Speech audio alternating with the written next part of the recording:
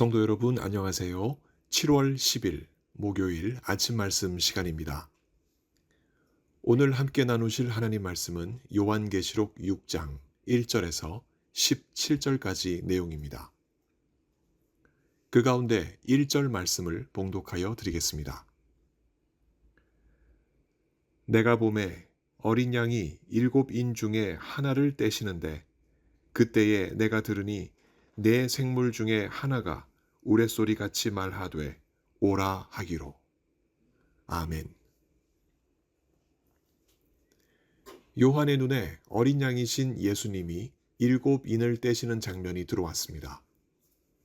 오늘 본문은 첫째 인부터 6째 인까지 펼쳐지는 긴장되고 무서운 장면을 담고 있습니다.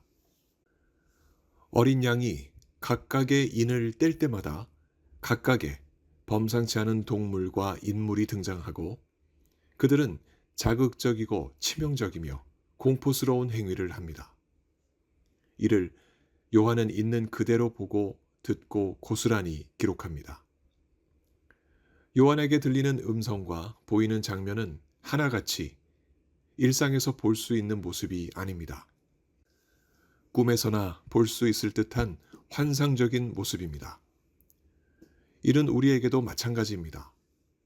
누군가에게 요한이 듣고 본 내용을 가감 없이 묘사한다면 그 내용을 현실로 받아들일 사람은 많지 않을 것입니다. 다수의 사람들이 이 내용을 비이성적이며 비현실적인 이야기로 치부할 것이기 때문입니다. 그러나 그렇다고 해서 우리 역시 요한이 듣고 보고 써내려간 오늘 본문을 환상으로 치부할 수는 없습니다. 이 글은 요한이 꿈에서 본 것이 아니라 맑은 정신 상태에서 하나님께로부터 받아 듣고 본 것이 분명하기 때문입니다. 또 한편으로 오늘 본문을 문자 그대로 이루어질 사실로 받아들일 수도 없습니다. 이 글은 수많은 상징적인 언어를 수단으로 세상을 심판하시고 하나님 나라를 완성하시는 어린 양 예수님의 깊은 뜻을 담고 있기 때문입니다. 따라서 여기에 우리에게 지혜가 필요합니다. 성령께서 요한계시록을 우리가 밝히 알도록 도우시길 간절히 기도하며 묵상합시다. 어린 양 예수님이 7인 중 하나를 떼시는 그때에 하나님의 보좌 가운데와 주위에 있던 한 생물이 우레와 같은 소리로 오라 라고 명령합니다. 우레소리는 사람을 기겁하게 합니다. 그 순간만큼은 다른 곳에 신경 쓸 여유가 없습니다. 오롯이 그 소리에 초미의 관심이 갑니다. 요한의 눈에는 흰 말을 탄 자가 등장합니다. 그는 활을 가졌고 면류관을 받고 나아가서 싸움에서 이기고 또 이기려 하는 모습입니다. 그는 과연 누구일까요? 그는 요한계시록 19장에 나오는 그리스도는 아닙니다.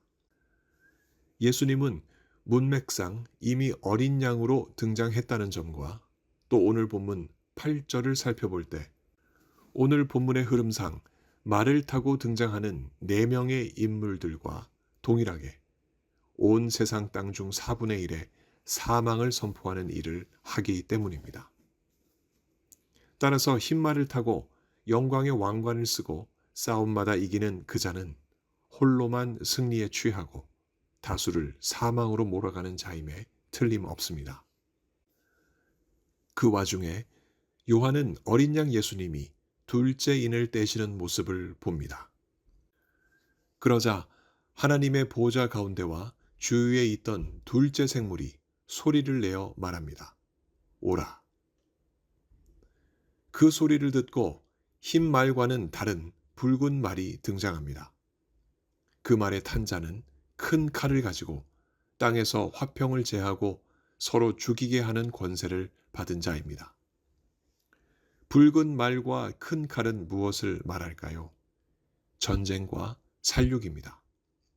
세상 사람들이 그 붉은 말의 탄 자가 휘두르는 큰 칼에 취해 화평을 벌이고 전쟁에 휩싸입니다. 또 요한은 어린 양 예수님이 셋째 인을 떼시는 모습을 봅니다. 그러자 하나님 보좌 가운데와 주위에 있는 셋째 생물이 소리를 내어 말합니다. 오라. 그 소리를 듣고 이제 검은 말이 나옵니다.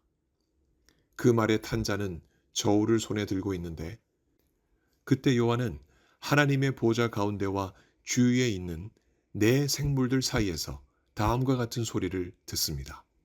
6절입니다.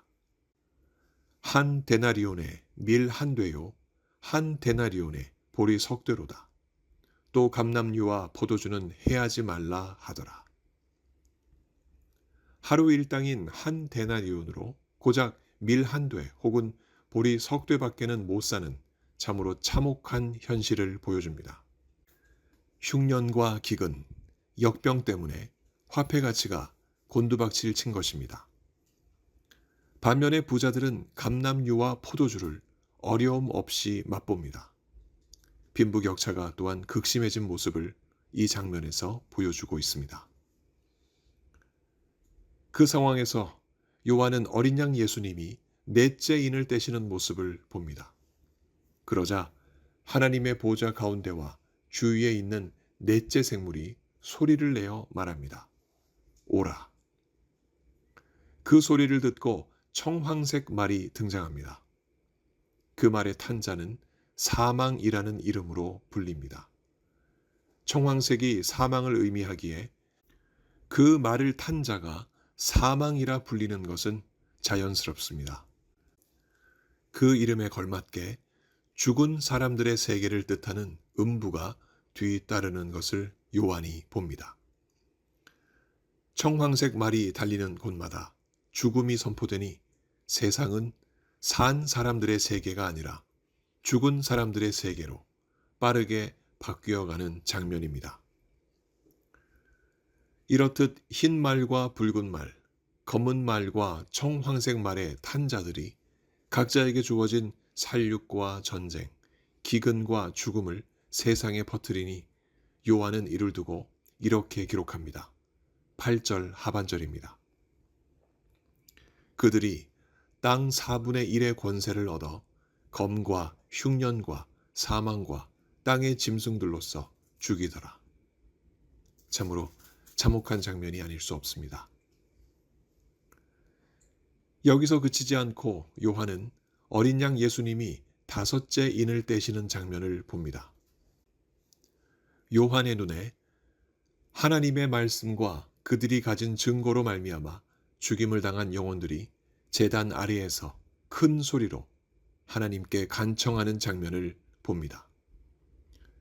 9절과 10절의 내용입니다.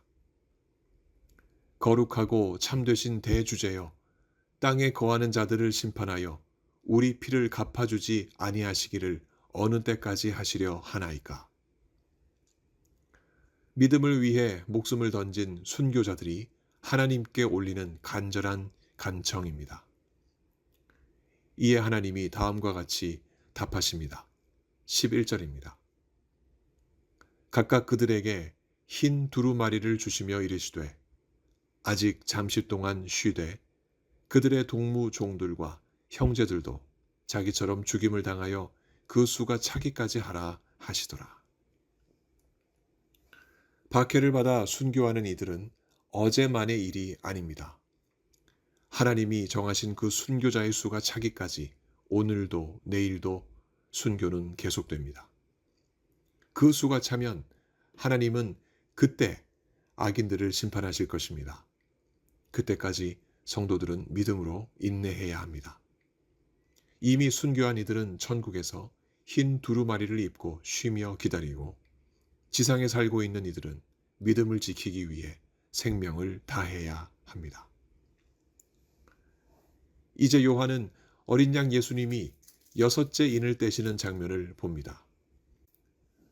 그러자 큰 지진이 나고 해가 검은 털로 짠 상복같이 검어지고 달은 온통 피같이 되며 하늘의 별들이 무화과 나무가 대풍에 흔들려 설익은 열매가 떨어지는 것 같이 땅에 떨어지며 하늘은 두루마리가 말리는 것 같이 떠나가고 각 산과 섬이 제자리에서 옮겨지는 장면을 봅니다.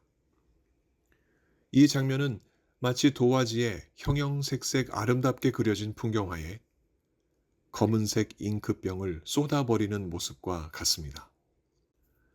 아름다운 세상이 한순간 검은색으로 돌변하고 도화지가 돌돌 말리듯 세상도 말려 없어지는 상상하기 어려운 모습입니다. 그 상황에서 넘어지지 않고 올바로 서 있을 사람이 과연 있을까요? 그 순간에 세상 권력자들과 그들에게 붙어 살던 자들의 허겁지겁 당황해하는 모습이 요한의 눈에 이렇게 보였습니다. 15절에서 16절입니다. 땅의 임금들과 왕족들과 장군들과 부자들과 강한 자들과 모든 종과 자유인이 굴과 산들의 바위 틈에 숨어 산들과 바위에게 말하되 우리 위에 떨어져 보좌에 앉으신 이의 얼굴에서와 그 어린 양의 진노에서 우리를 가리라. 이날 이 처절한 상황은 무엇을 말하는 것일까요? 하나님이 세상을 심판하시는 진노의 큰 날이 가까이 온 것을 말합니다. 이날에 누가 능히 올바로 설 수 있겠습니까? 오늘 본문은 어린 양 예수님이 떼실 7인 중 6째 인까지의 내용입니다. 아직 이 땅에 벌어질 환란이 더 남았으니 그 공포와 위협에 사람들은 얼마나 괴롭겠습니까? 이때 우리 속에 적어도 2가지 질문이 생깁니다. 하나는 이것입니다. 이 환란은 대체 언제 이 땅에 닥칠 것인가 하는 것입니다. 이미 예수님이 이 땅에 오신 그때부터 환란은 시작되었습니다. 흰 말과 붉은 말, 검은 말과 청황색 말의 탄 자들이 각자에게 주어진 살육과 전쟁, 기근과 죽음을 세상에 가져오고 순교당한 영혼들은 천국에서 하나님께 그들이 흘린 피에 대한 정당한 심판을 간절히 구하고 있기 때문입니다. 순교자들의 간구에 하나님이 응답하신 대로 그 정당한 심판은 순교자의 수가 찰 때 이루어집니다. 오늘날도 여전히 순교자들의 수가 더해지고 있는 현실이 이를 뒷받침해주고 있습니다. 따라서 오늘 우리가 상고한 본문은 이미 우리의 현실에서 이루어지고 있다는 점을 우리는 주지해야만 합니다. 이제 2번째 질문입니다. 이 환란에서 우리는 어떻게 구원을 얻는가 하는 것입니다. 앞으로 요한계시록을 묵상해 가며 우리는 그 답을 알게 될 것입니다. 먼저 하나님께 선택된 일부의 성도들이 순교를 당하게 될 것입니다. 그리고 그 밖의 성도들은 하나님께 인침을 받아 환란으로부터 보호를 받게 됩니다. 까닭에 우리는 요한계시록에 기록된 무섭고 참혹한 내용에 믿음을 잃을까 두려워하거나 겁먹고 공포에 잠길 이유가 없습니다. 볼지어다 내가 세상 끝날까지 너희와 항상 함께 있으리라. 승천하시면서 제자들에게 약속하신 이 예수님의 약속은 거짓말이 아닙니다. 우리는 바울이 에베소서 4장 30절에 기록하듯 성령 안에서 구원의 날까지 인치심을 받은 자들입니다. 바로 이 믿음으로 우리는 오늘을 살아갑니다. 비록 흰 말과 붉은 말, 검은 말과 청황색 말의 탄 자들이 종횡무진하는 그 거친 말발굽들 사이에서 우리가 살아가지만 우리에게는 하나님이 주신 믿음이 있습니다. 이 믿음이 있기에 전쟁 같은 세상살이도 고된 인생살이도 성령이 역사하시는 장이 되고 우리가 믿음으로 싸워 이겨내는 승리의 싸움터가 됩니다. 이 믿음의 싸움이 끝나는 날, 예수님이 다시 오셔서 온 세상을 심판하시는 그날, 바로 이 믿음이 없는 자들은 그날 주님 앞에 능히 서지 못할 것이지만 우리는 그날 기쁨으로 주님 앞에 설 것입니다. 오늘 이 아침 이 믿음으로 아멘, 주 예수여 오시옵소서. 기도하며 하루를 시작하는 우리 모두가 되기를 바랍니다. 오늘도 성령께서 우리를 모든 상황에서 믿음으로 승리하도록 이끌어 주시길 이 아침 예수 그리스도 이름으로 간절히 축원합니다. 함께 기도하시겠습니다. 하나님 아버지, 지금 온 세상에 흰 말과 붉은 말, 검은 말과 청황색 말을 탄 자들이 종횡무진하고 있습니다. 그 사이에 우리 믿는 자들이 있습니다. 어떠한 일들이 우리 가운데 벌어진다 하더라도 하나님이 예수 그리스도를 통하여 우리에게 주신 이 거룩한 믿음 온전히 붙잡고 인내하며 승리하는 우리 모두 되게 하여 주옵소서.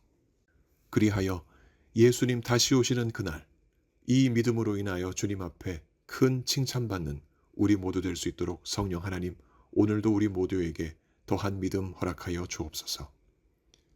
몸이 아프신 성도님들 오늘도 주님께서 만나주시고 그 간절한 간구에 속히 응답하셔서 건강한 몸으로 주님을 섬기실 수 있도록 인도하여 주옵소서. 살면서 겪게 되는 많은 문제들 주님 앞에 내어놓고 기도할 때마다 하나님 우리의 모든 간구 들어주시고 하나님께서 원하시는 선한 길로 우리를 인도하여 주옵소서. 오늘도 우리와 함께 하시며 우리에게 믿음 더해 주실 것을 믿사옵고 감사드리며 예수 그리스도 이름으로 기도하옵나이다. 아멘. 성도 여러분, 오늘 하루도 주 안에서 믿음으로 승리하시는 복된 하루 보내시기 바랍니다. 감사합니다.